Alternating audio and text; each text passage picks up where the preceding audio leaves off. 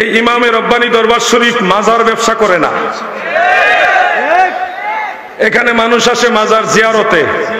জিয়ারতে আসতে হইলে মোটা অঙ্কের টাকা নিয়ে আসতে হয় না।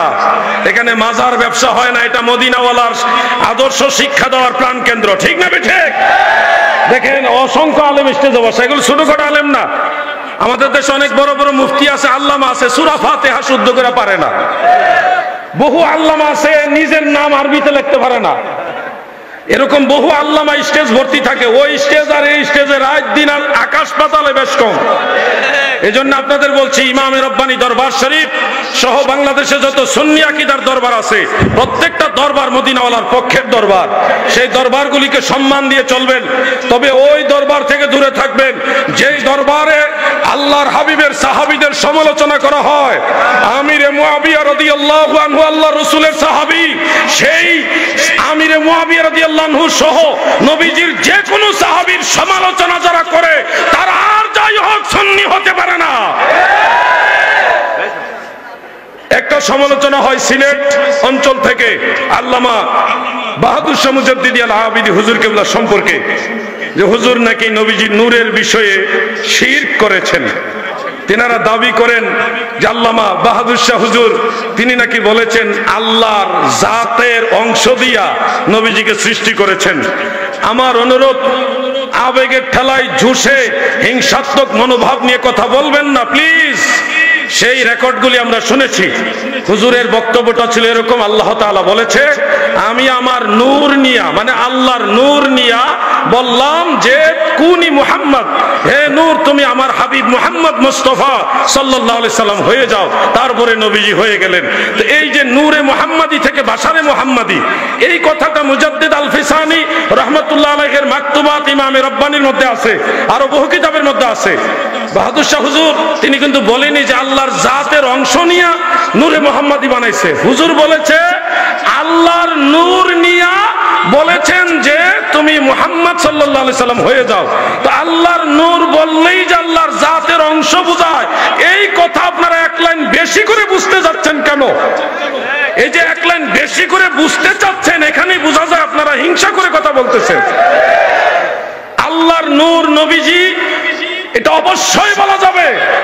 আমরা আল্লাহর নূর দ্বারা তাশরীফান আল্লাহর রাসূলকে আল্লাহর দিকে নিসবত করেছি, কারণ কোরআন শরীফে তো আছে কাদ জাআকুম মিনাল্লাহি নূর, মিনাল্লাহি নূর, মিনে বায়ানিয়া, কিন্তু আল্লাহর জাতি নামের দিকে ইশারা করে বলা হয়েছে মিনাল্লাহি, মিন আল্লাহি, মিন আল্লাহ বা আল্লাহর জাতি নাম হলো আল্লাহ। এই জাতি নামের দিকে নিসবত করে আল্লাহ তাআলা বলেছেন মিনাল্লাহি নূর।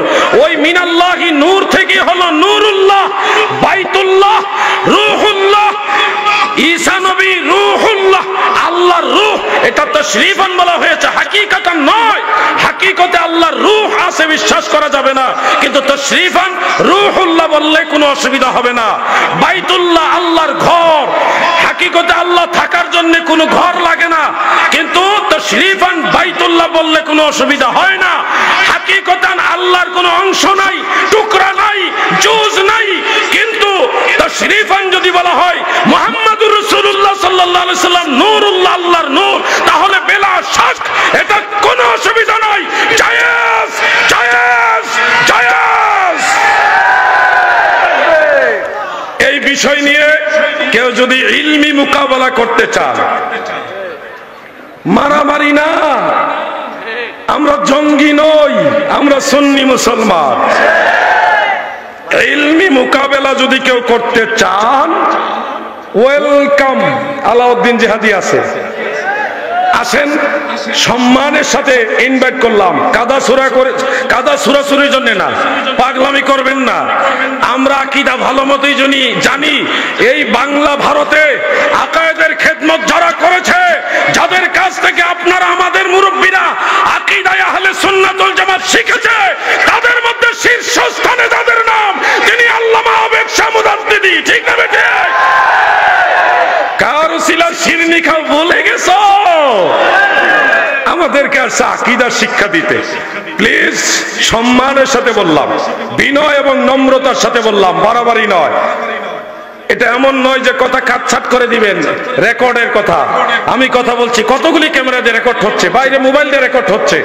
আমি সম্মান এবং বিনয়ের সাথে বলছি, আল্লাহর জাতের অংশ মদিনাওয়ালাকে আল্লামা বাহাদুর শাহ মুজাদ্দিদি সাহেব বলেননি তাশরীফান আল্লাহর নূর, বা আল্লাহ নিজে বলেছে আমার নূর। এই কথাটা তাশরীফান আল্লাহর দিকে নিসবত করা হয়েছে। আল্লাহর জুজ বা আল্লাহ তাআলার অংশ ওটা বলা হয়নি। যদি কানেও সমস্যা থাকে আপনি ভালো মেডিসিন ইউজ করেন, ভালো ডাক্তার দেখাইতে পারেন, বয়সের ভারে কানে প্রবলেম হতেও পারে। যদি চোখে সমস্যা থাকে কচু শাক খাওয়ার পরামর্শ দিলাম, তারপরেও সুন্নি মুসলমানের মাঝে ফিতনা ছড়াবেন না, এটুকুই বললাম।